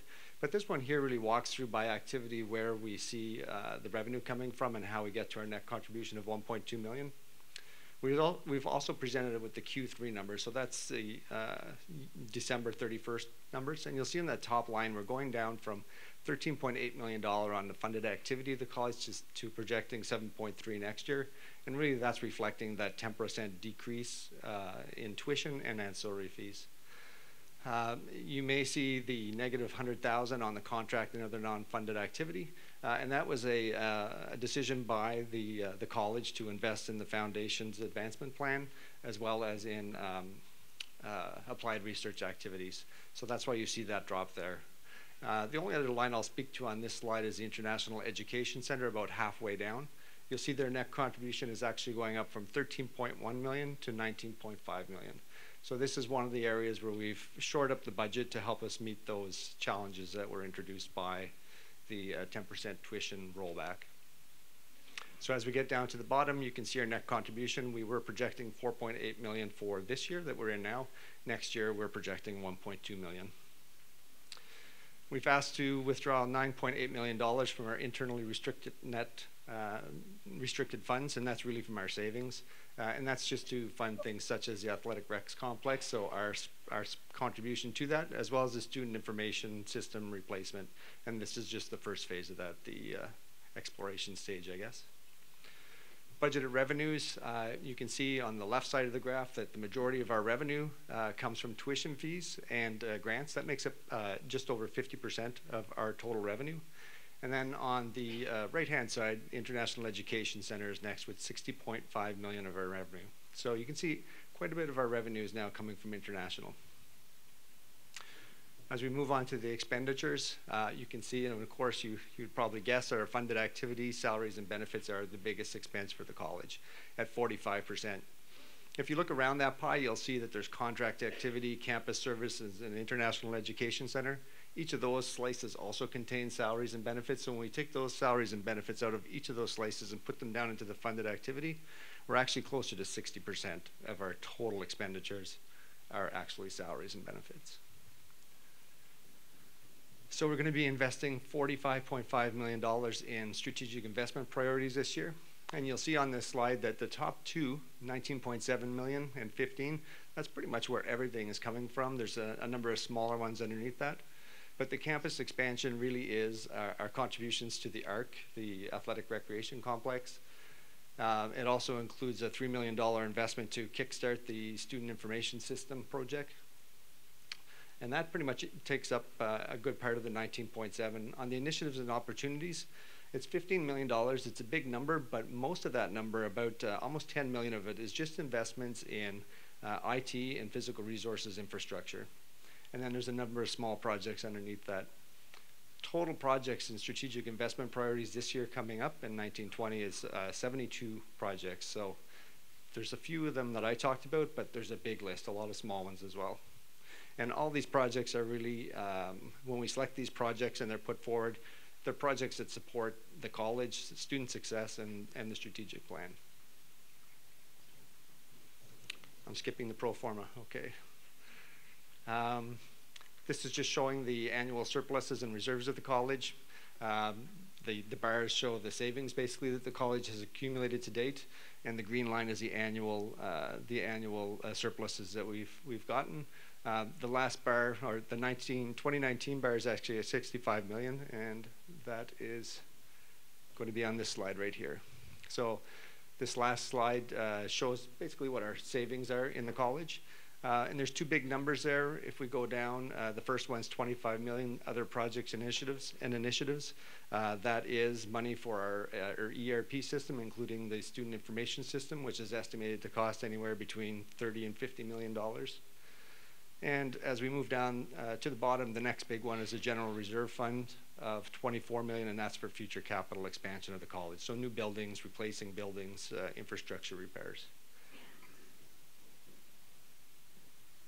And I think that's all I have. There's lots of details for this on the website and in the board documents, but any of the finance staff or myself as well, if you have any questions about this or want any more details, feel free to contact any one of us. Granted, Cheryl, if I could just say two things. Sure. One is that I want to stress this year with the 10% reduction in tuition, we made the decision at the executive that we were not going to be cutting in order to make that work. So there were no position cuts or anything with that 10%. That's why we looked at increasing our revenue from increasing the number of international students as well as their tuition. I also want to state that when we look at our reserves, and a lot of people say, well, why do we have such big reserves? Why don't we spend that on more staff, etc.? That is the only way that we can improve our facilities and improve, for example, our student information system, is having those reserves. We don't get funded for that through the government. So healthy reserves is a signal of a very well-managed college. The money that you saw going into the Students Athletic Center is actually us, and Grant, you'll have to help me because I might not have the right technical term, but we are actually loaning the money to the students because they will be paying for it through student activity fees. So it's an upfront loan to them, if that's the right word, loan. So we're not paying for that, we're just providing the funding and then getting paid back. Yeah, correct. The money that we're contributing is actually compensating the Students Association for space that we're taking back from them, such as the existing student zone. And then there's works, enabling works that we need to do to connect the new building, which is really part of the college and not part of the new complex. And in addition to what Cheryl said, and then I'll move off, because it was mentioned earlier, we did add 55 new complement positions as well to the college this year. So that's, in my time here, that's the most new positions we've added in a year. So speaking to what Cheryl said about not cutting, we're actually growing to face this. So 55 new positions, and over half of those are on the academic side. Okay, so thank you, folks. I don't know about you, but I can listen to. There's a question. Sure. Hello. There we go. Hey, Grant. Diane, this is also for you. It's a two-part. So it's great. You're right. It's been a long time since we've seen a 55 net new complement number, and great to see such a number on the faculty side. I also know we have a wonderful portion of our employee group who are leaving us as part of the voluntary retirement program and understanding our current Workday situation, do we have a strategy to replace and onboard all of these people in such a short period of time? That's a Diane question. Thank you. Great question. And yes, we do. You're preempting my little presentation, but it actually works because we're going to run out of time at the end. So the voluntary retirement incentive update was to be a little bit later. But let me address some of that right now, and then I don't have to go, and Ron, you'll be happy that I've saved some time. Out of the 249 people who are eligible for the voluntary retirement incentive, 77 people put in their application. Out of those 77, 66, as of this morning it was 69, decided that they wanted to pursue it. So we have 69. Out of that we're still going through the process, because for any bargaining unit members, we have to have OPSU sign off as well. So they're in the process of having that finalized. So once we have contracts actually back, we will have an opportunity to see about 30 or so leaving with the March 31st deadline, and then the bulk from the faculty perspective for the June 30th, with a few in and around some different times, because we recognized people that were leaving in December, as per Cheryl's commitment to all of us at our December town hall, that if anyone was in the process of leaving, or if they had a January date or a February date, we would recognize that as well. So there has been some things spread out. But getting back to your question about a posting and a job posting requirement, so there is a potential of 66 right there. We know that it's staggered. We know that we'll be examining the work related to all of those positions. We also have 55 new positions. Not all of them start April 1st. We have, as we said, about half of that are faculty. So again, that would be for the August hiring. We are working very hard to normalize our new normal in Workday. In addition, within the next couple of weeks, you will see a restructuring from an HR perspective coming out to say, here's your new HR team. We are building up our resources. We are truly, truly planning on the fall recruitment strategy. We've been working on the spring one for the faculty for the spring, but trying to get really prepared. We're also going to be looking at hosting some recruitment training sessions for our managers to ensure that they're aware of how they would work it, not only in the tool, but actually how can we be really efficient within Workday. And then finally on how we can do things a little bit better.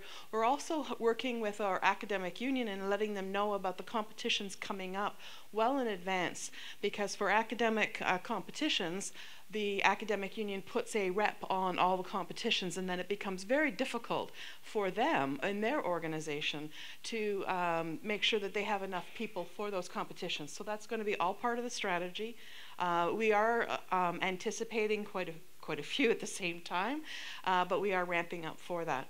So just quickly while I have the mic, about my only other thing that I wanted to say about the VRI, or the voluntary retirement incentive, and some of our colleagues who are taking advantage of it and leaving us at that time.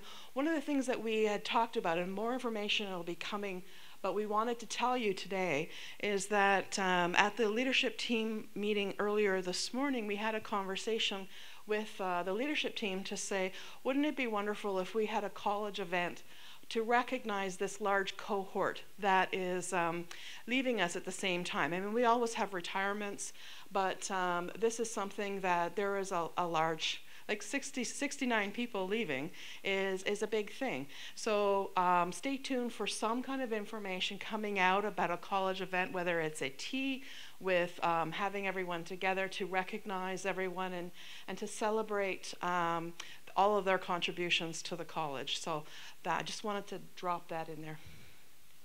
Thanks. Hope I answered your question.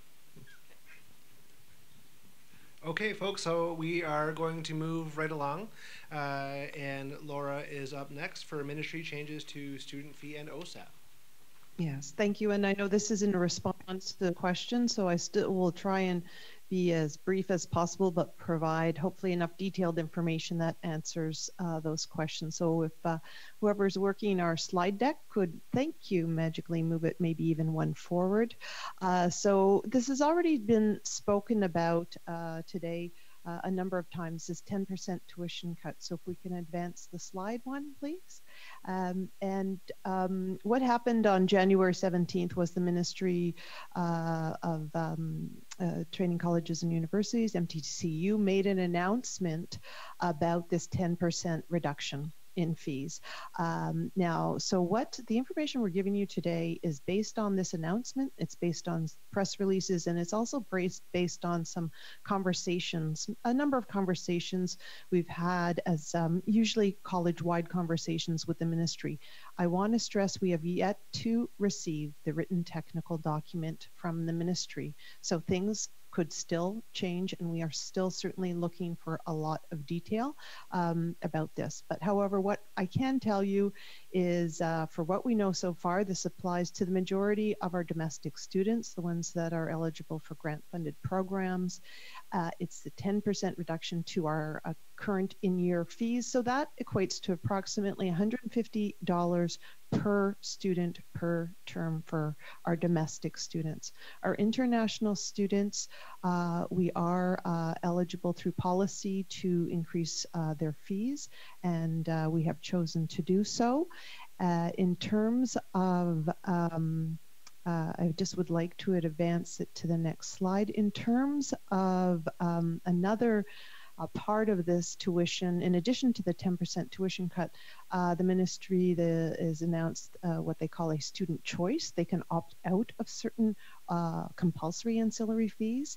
However, there are some that are still essential that are related to health, well-being, education, academic, and some buildings, but you could see what's projected. We say projected still because we don't have that technical document of what students could potentially opt out of, and we see some categories there. Now, you know, there's still some areas within that that could that might need to be unbundled and go over to an essential side because this is the first time we've been experiencing these types of categories, and so, you know, we don't necessarily have our fees and some of these criteria aligned within the current categories. So what I can tell you now is in the projected essential, it's still about $1,000 of fees for students. In the potential opt-out, about $600 what they could potentially opt out for, but again, there could be movement, a lot of movement there still. So stay tuned. We don't have a particular date from the ministry. They keep on advising soon, and I think, you know, I think they continue to consult and listen to Colleges Ontario, and we're expressing questions and trying to determine some information for them. So I think this is maybe partly why the technical document has not been released. If we go to the next slide, as the changes in our student loan and bursary program, and this is one of our biggest changes here as well. There's a reduction of grants, and they really reducing grants and increasing loans for students. This opt out of ancillary fees. So my understanding right now, even if this if it's in a category opt-out and a student does not opt out, it still will not be calculated in their financial need assessment. We'll see if that is the case. And another big change that students that were to be meet the criteria of dependent from their parents is moving from 4 to 6 years out of high school. So that is a big change that was not anticipated. If we move to the next slide, we can see here that also perhaps students that were eligible before based on the income threshold of the household and the parental income, those thresholds have been lowered. And then another increase is that there's always a student contribution required, that the student is expected to contribute a certain amount towards their education, and that's moving up from 3,000 to 3,600. So clearly, big changes here. We're trying to understand if any of our current students will be grandfathered into the current system rather than moving to this system. That's still unknown at this time, but certainly if these changes, and we do anticipate much of those changes will go through, they may have an impact, negative impact on domestic enrollment. So I'll leave it at that because I know we're right on time there, but welcome any questions. Yep, Cheryl Fraser, just one moment.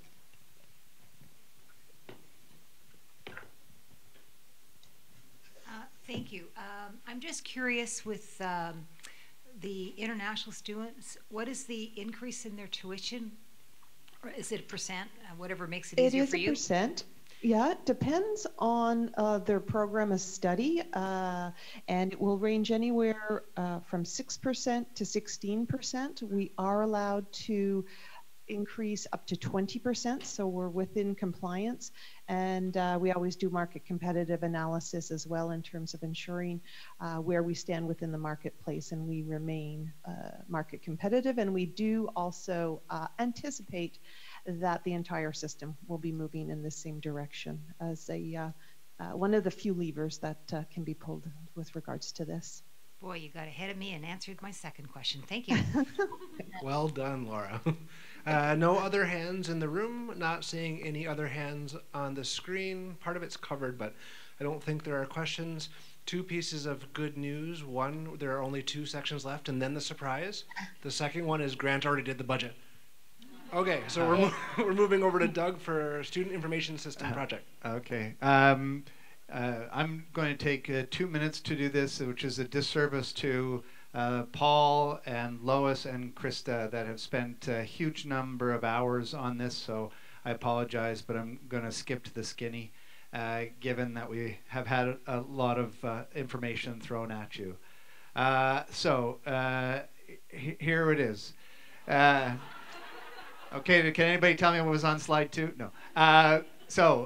We submitted to the board that our current legacy system is incapable of enabling the college to meet and exceed student and institutional expectations. And that to deliver on Algonquin's mission and vision, especially one connected so closely to being personalized and learner-driven, that we recommended an investment ranging from $30 to $50 million, which is what others institutions have spent on theirs for a new student information system. That's one of the reasons why we have reserves, so that when we get to these points, we can actually invest in this type of investment. And Doug, can you give the amount of time that we're expecting that to take to spend that kind of money? It's not going to be in 1 year. Correct, yeah. 3.1 million is scheduled for this year, which is really about exploration and development of the architecture and identifying of solutions, including business process mapping for key objectives, a lesson learned from other investments. And it should take somewhere in the neighborhood of 5 years in total. But what we have come up with is a plan that will see us slowly start to, I guess, de-risk Genesis is the best way of putting it, of pulling some components out of Genesis that we currently do. So you'll begin to see implementations within 2 years. And then over time, 5. So what the board approved was an investment of $3.1 million, for 50% of it coming from SIP, Strategic Investment Priorities, and 50% of it coming from our reserve fund. And that's to finish kind of 4 components: the strategize and plan, the architect select, and also the analyze, finish off the analyze, which we have been doing. And Krista has been leading that, her team. So just a shout out to Lynn Schumann and the others that have been, Sandy, and the others that are on the SIS project itself. 5 years, 30 to 50 million, still to be determined. This year we will complete the RFP phase of it, and that will tell us how much we have to go and ask for. Where does it fit within that framework? 2 minutes SIS. All right, thank you, Doug. We are moving on to the next section from Cheryl about a reorg of marketing, communications, and external relations. Sure, thank you, Ron. So many of you will remember Scott Anderson. He left the college in January to go to Queen's University. That gave us a chance to take a look at our structure. And as we all do, I looked at my own organizational structure to see where could we be more efficient.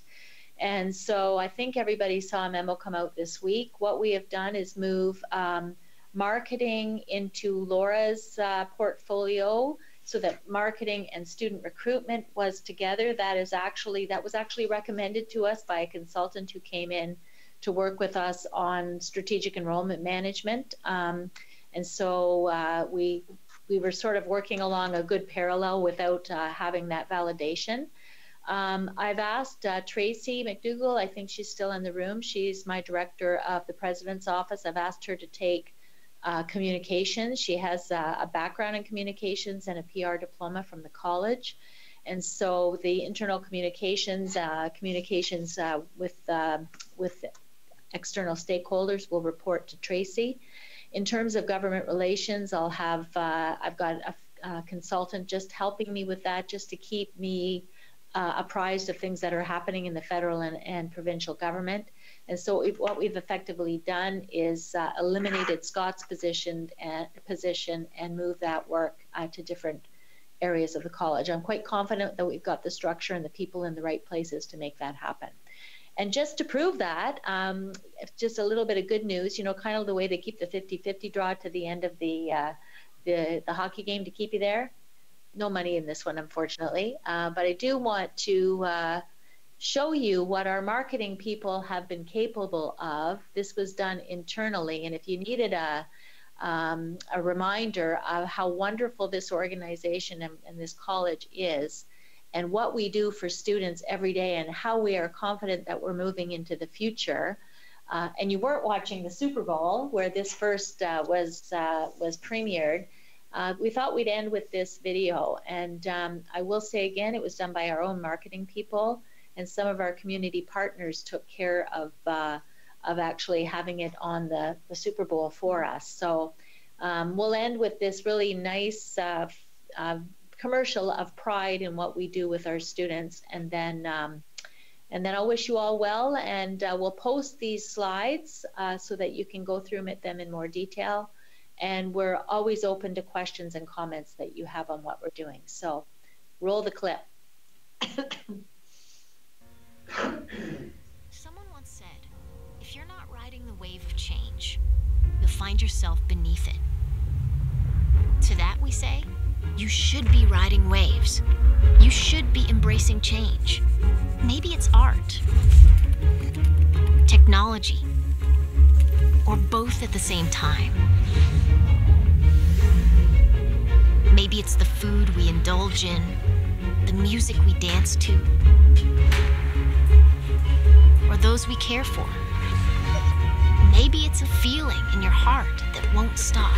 It's an idea in your head that won't go away, no matter the change, big, small, a dream, or very real. If you embrace it, it'll change your life. Here and now.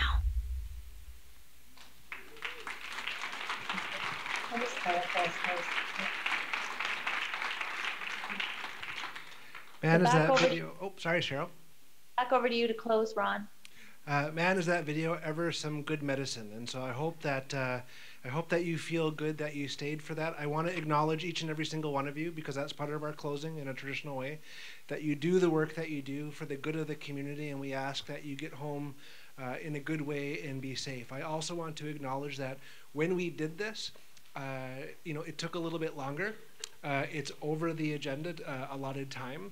That's actually an Indigenous process. You stay together for as long as it takes to conduct business, and you did that today. So thank you so much. Safe travels. Thanks, everybody. Good suggestion, Wayne, to end with that. That was Wayne. Yeah, really good suggestion. It's lovely. Yeah. Yeah. I know, isn't that nice? I know. Pretty cool. And I like the ones I see at the movie theater too. The little cups there. They're great. Yeah, they're great. Yeah. Yeah. Thanks, guys. Thanks for staying. I didn't ask it here, but I do have a question. Yeah. So if you we want, talk- if you have questions, you can stay. We talked about collaborating with the other college Yeah. partners. How do we collaborate internally